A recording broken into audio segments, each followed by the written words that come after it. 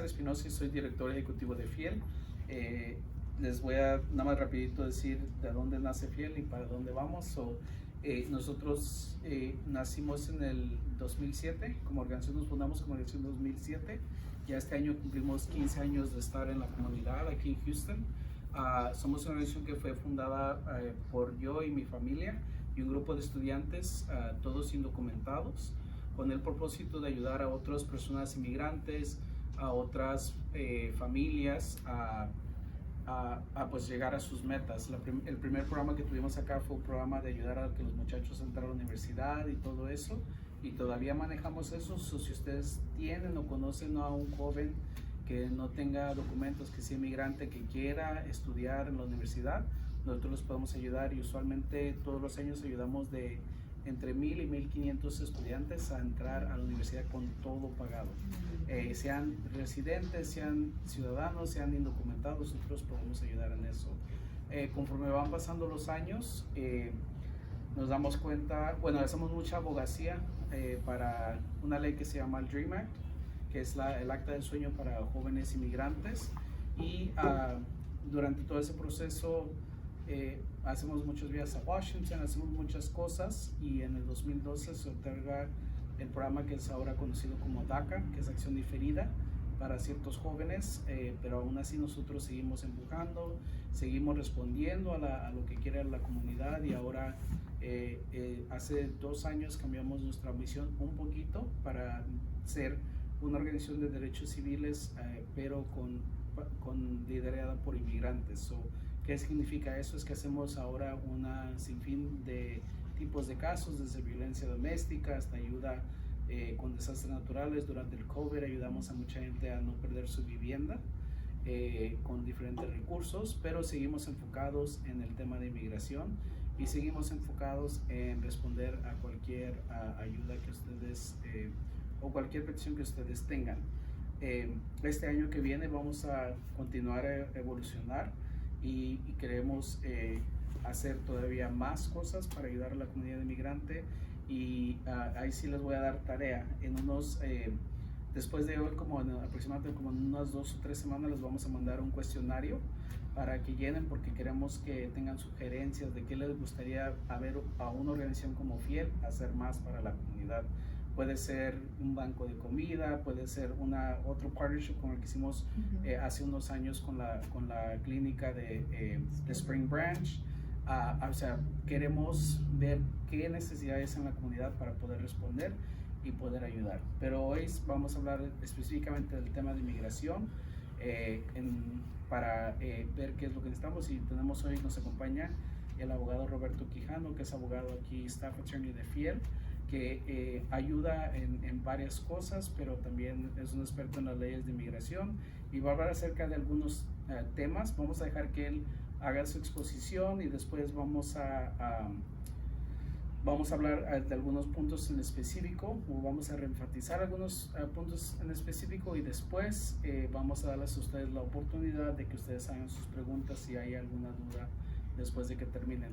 Esto no es la última vez que vamos a hacer esto, o si a ustedes les gusta lo que vamos a hacer hoy, ya después les vamos a dar un cuestionario para que llenen, nos den sugerencias, pero lo vamos a tratar de hacer aproximadamente una vez al mes o una vez cada 2 meses, para que la gente pueda escuchar y pueda a lo mejor buscar algún tipo de alivio migratorio para ellos y su familia.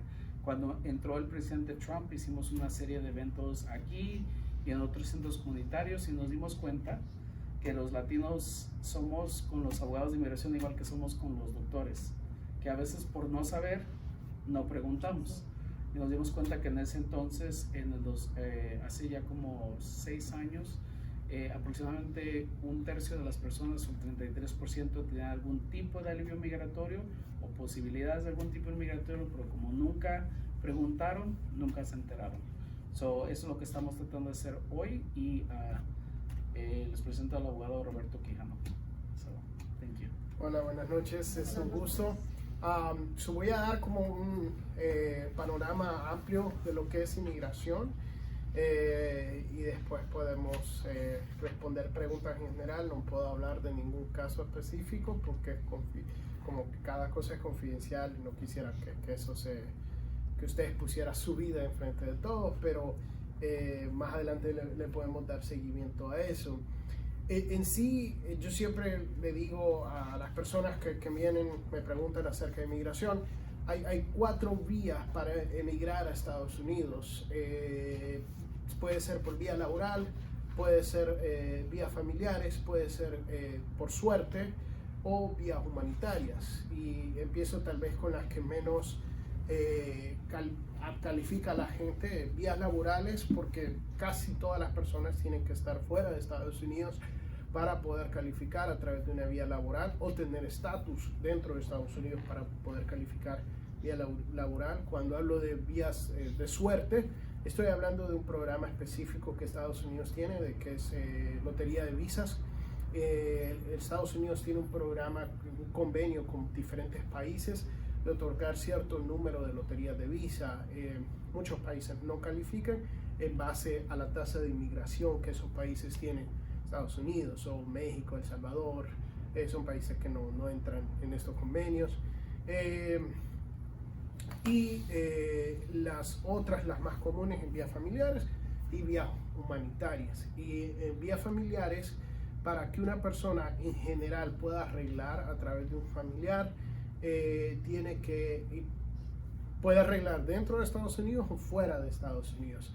Para arreglar dentro de Estados Unidos tiene que haber entrado de manera legal. So, si la persona entró de manera irregular o ilegal, por así decirlo, esa persona normalmente no va a poder arreglar dentro de Estados Unidos, con algunas excepciones. Siempre hay excepciones a la ley. Cuando se discute el caso se puede entrar en eso.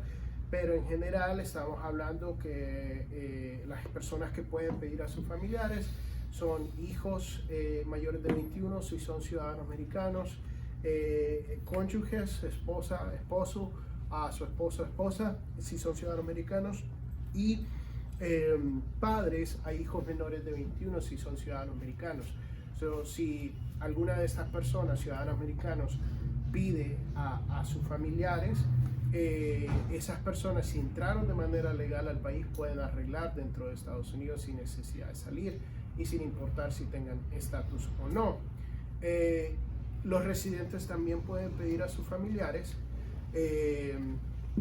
y también otros ciudadanos pueden pedir a sus familiares. Por ejemplo, un hermano ciudadano puede pedir al otro hermano ciudadano, o un padre residente puede pedir a su hijo residente, un hijo residente no puede pedir a sus padres, tiene que ser ciudadano, o un esposo, un cónyuge residente, a su cónyuge puede pedirlos. Pero este tipo de visas no pueden arreglar dentro de Estados Unidos solo porque entraron de manera legal. Tienen que haber entrado de manera legal y tienen que tener estatus en Estados Unidos. O sea, no pueden haberse quedado de manera ilegal. Normalmente este tipo de casos es un poco diferente.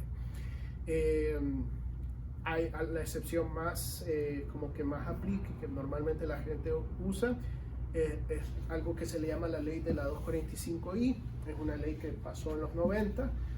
Si a usted lo pidieron antes de abril 30 del 2001, usted puede arreglar sin salir, con tal que esa petición era aprobable. Puede haber sido también una visa laboral o una certificación laboral. Y si podemos comprobar que eso sucedió antes de abril 30 de 2001 y ahora un hijo lo quiere pedir, un hijo ciudadano americano lo quiere pedir, a pesar de que usted entró de manera irregular o ilegal, usted puede arreglar dentro de Estados Unidos sin necesidad de salir. Entonces hay un par de excepciones. Otra es si tiene algún familiar directo, o sea, desde su núcleo familiar, que esté en el ejército, es posible hacer un permiso para que usted no salga de Estados Unidos, o si ha sido víctima de violencia doméstica. Y aquí entramos un poco más a lo que es las vías humanitarias, que son las más comunes. La principal de estas y la más conocida tal vez es el asilo. Si usted está dentro de Estados Unidos y tiene miedo de regresar a su país, usted puede aplicar para asilo. Tiene que hacer esta aplicación al año de haber entrado a Estados Unidos. Hay excepciones al año que también se pueden utilizar y hay dos maneras de aplicar para asilo. Lo puede hacer de manera afirmativa. Básicamente usted entra a Estados Unidos, ya sea legal o ilegal, no lo agarraron de manera ilegal, no se entregó, usted puede hacer la aplicación de asilo, la oficina de asilo. Si lo agarraron entrando y usted tiene miedo de regresar a su país, usted puede pedirle al juez como defensa al proceso de la deportación que va a aplicar para asilo, y el juez va a decidir si usted califica o no para el asilo dependiendo de qué le sucedió. El asilo es algo muy difícil de ganar. La tasa de aprobaciones en las cortes de inmigración de Houston es de un 7.2% de los asilos son aprobados. O sea, básicamente 93% de los asilos en las cortes de Houston son negados. En la oficina de asilo, el 30% de asilos son aprobados, son 70% son negados, que es bastante similar al nivel nacional de las tasas de aprobaciones de asilo. Eso es en general, y tal vez al final toco un poco más acerca de la corte. Otra vía humanitaria es la visa U. Si usted ha sido víctima de crimen aquí en Estados Unidos, tiene que ser un crimen específico, hay una lista de crímenes. Eso necesitaría una consulta para ver si califica, pero si usted ha sido víctima de crimen, dependiendo de hace cuánto sucedió ese crimen, y usted está ayudando ya sea a la policía o al fiscal a investigar o a procesar penalmente a la persona que usted que sufrió esto, puede ser que usted califique para una visa U. Necesitaría hacer una certificación con la agencia que está procesando a la persona, o ya sea la policía o el fiscal. Básicamente se le pide que certifique que usted fue víctima del crimen y que está ayudando en el proceso. Si certifica la agencia, entonces se puede aplicar para la visa U. Es importante tal vez destacar en esto que este proceso se tarda, de todos es tal vez uno de los más tardados, entre 8 a 10 años se está tardando ahorita. Mientras está el proceso pendiente, no tiene ningún tipo de protección. Antes de que se le apruebe, se le va a dar un deferimiento a su deportación, que es muy similar a lo que es el DACA. Gracias. A lo que es el DACA, o sea que nadie lo va a tocar para deportarlo. El presidente Biden intentó de cambiar para que esta protección se la den rápido, o sea, 6 meses tal vez después de que aplique, pero no estamos viendo eso todavía. En algunos casos muy excepcionales sí hemos visto que rápido les dan esta protección, pero para que le aprueben la visa U va a tardar mucho tiempo, pero es por lo menos algo que tener. Si fueron víctimas de crimen, les aconsejo que consulten ya sea con nosotros o con algún abogado de inmigración de confianza. Y después de que tenga la visa U, a los 3 años puede hacerse residente. Otro es el VAWA, que igual si está casado con un ciudadano americano residente y sufre violencia doméstica, usted puede arreglar por su propia cuenta, sin necesidad de salir, aunque haya entrado de manera ilegal. Si ha sido víctima de tráfico de humanos, o sea, básicamente lo secuestraron en su país y se lo trajeron a Estados Unidos a trabajar o a lo que sea, puede calificar para una visa T. Se ayuda al gobierno a investigar a una organización criminal, puede calificar para una visa S. Y después tenemos cosas como el TPS. El gobierno de Estados Unidos le extiende protecciones temporales humanitarias a ciertos países como El Salvador, Nicaragua, Honduras, Venezuela, Afganistán, Ucrania, Haití, varios países en base a fechas de entradas o por ejemplo el más reciente fue a Venezuela de países latinoamericanos, y dependiendo de las fechas que entraron califican. Nicaragua, Honduras, El Salvador tienen que haber entrado en el 2000, 2001, 99. Actualmente eso acaba de ser extendido por el gobierno de Biden, o si usted es de alguna de estas nacionalidades, les recomiendo que, porque hasta ahorita se había extendido automáticamente, debería de volver a registrarse para poder tener el permiso de trabajo actual. Y aún así debería de poder trabajar automáticamente. Y la otra, que no en sí no es una vía de migrar, pero por lo menos una protección, es el DACA, que es lo que Fiel se enfoca, que es una protección para jóvenes inmigrantes. La inmigración está aceptando aplicaciones de DACA nuevos. El joven tiene que haber entrado en junio 15 del 2007 y tiene que haber residido continuamente desde esa fecha, tiene que cumplir con los requisitos de la edad, tiene que haberse graduado de la high school y no puede ser culpable de ciertos crímenes. Pero aunque están aceptando aplicaciones, no están aprobando ninguna aplicación, y los jóvenes que tienen DACA pueden renovar sus DACAs,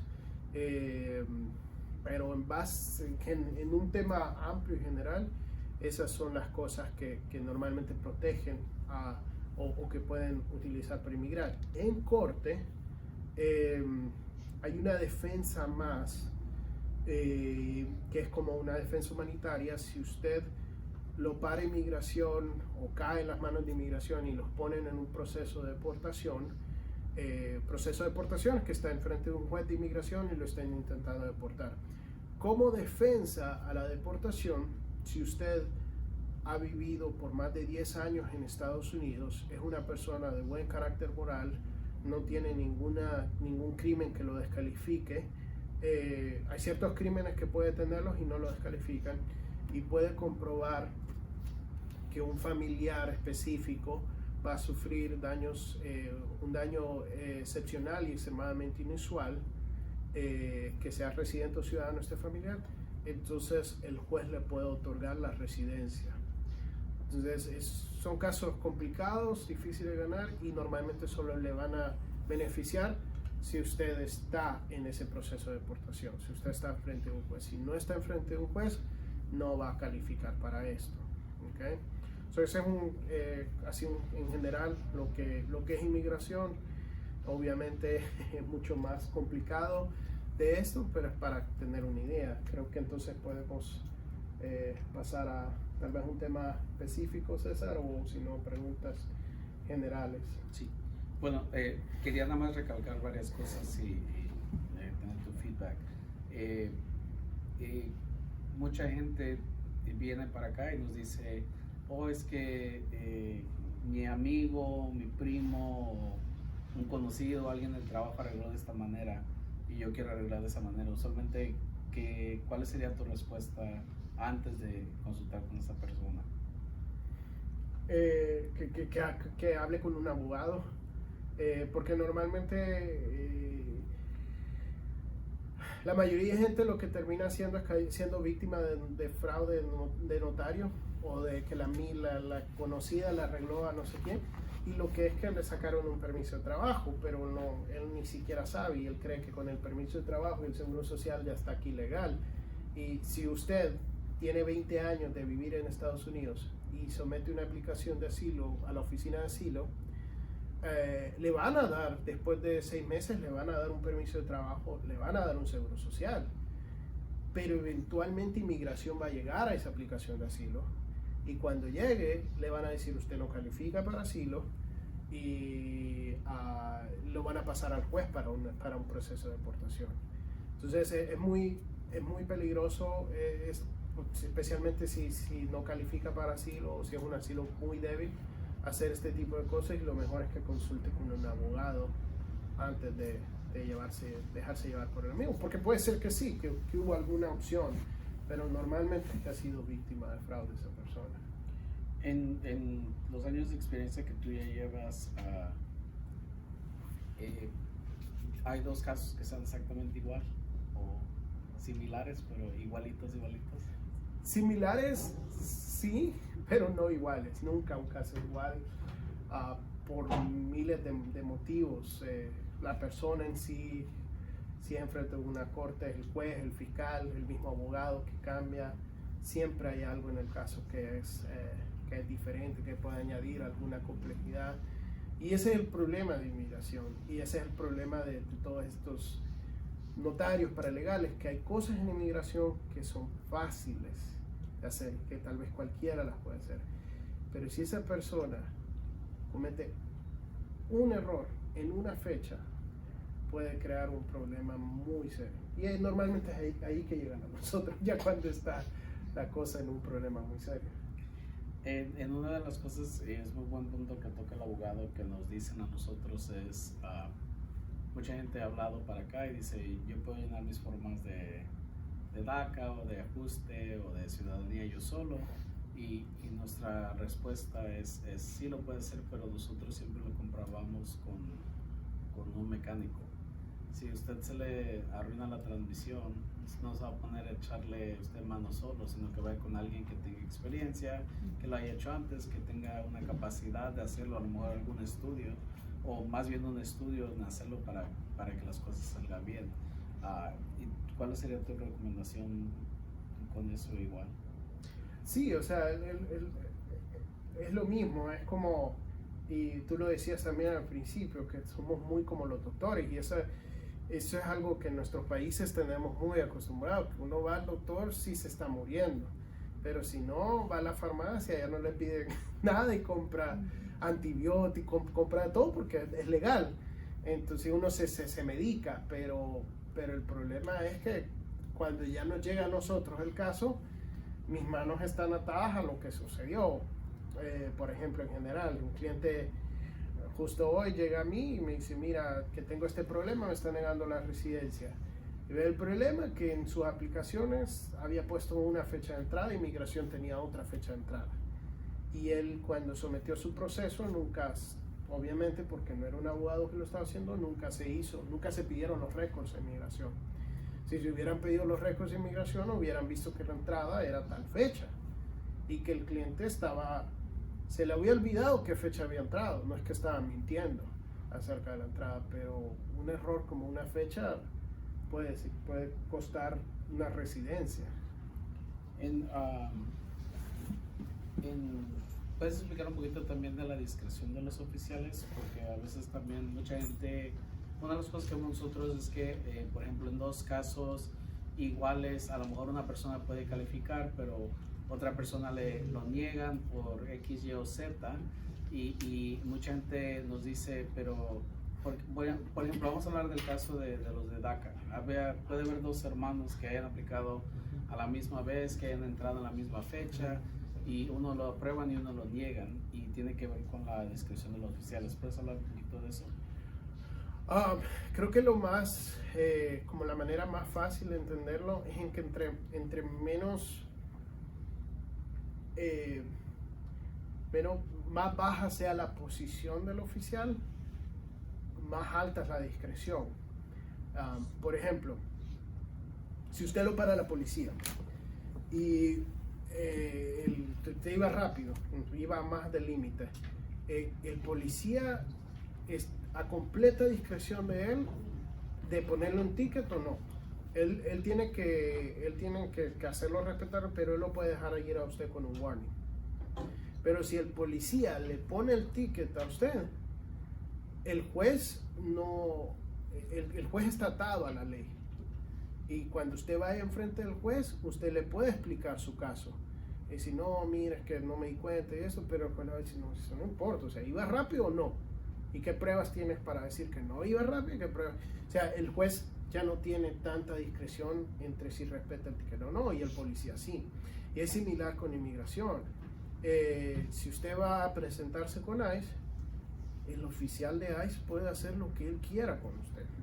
Puede detenerlo, puede decir, mira, no te quiero ver más acá, no vengas a reportarte más, nunca, y listo. Y él es el oficial de ICE, aunque tal vez sea menos que un juez, él puede hacer lo que quiera. Lo que es importante es que entiendan que ICE no son abogados, y por mucho que le digan, mira, puedes arreglar a través de esta manera, tiene que consultar con un abogado, y igual un oficial del servicio de inmigración.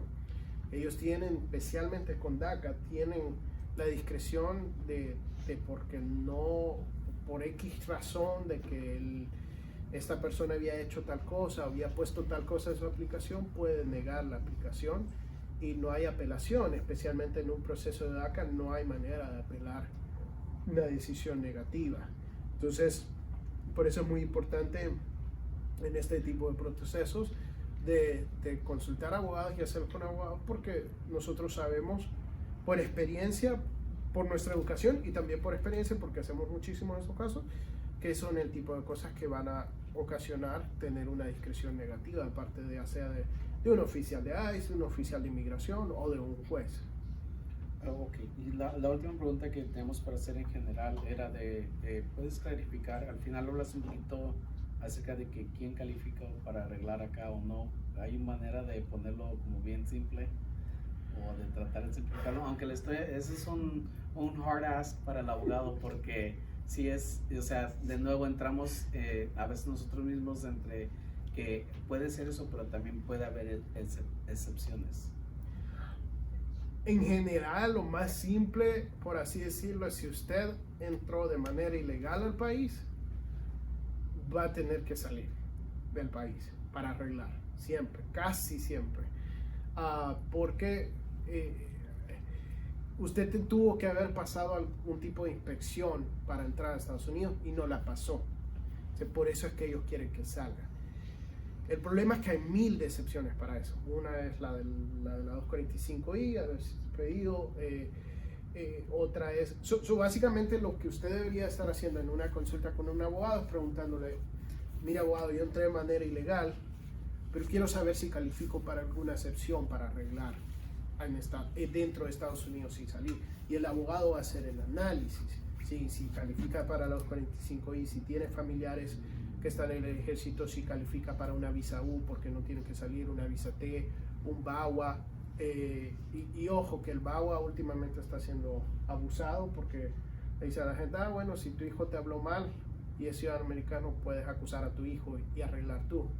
O si tu esposo se pelearon, ya puedes arreglar. Y hay que tener cuidado, porque eventualmente esos casos van a terminar en corte si no están bien sustentados. Pero en general es eso: buscar una excepción si califica dentro de una excepción para arreglar dentro de Estados Unidos. Si no, si entró de manera ilegal, va a tener que salir, casi siempre.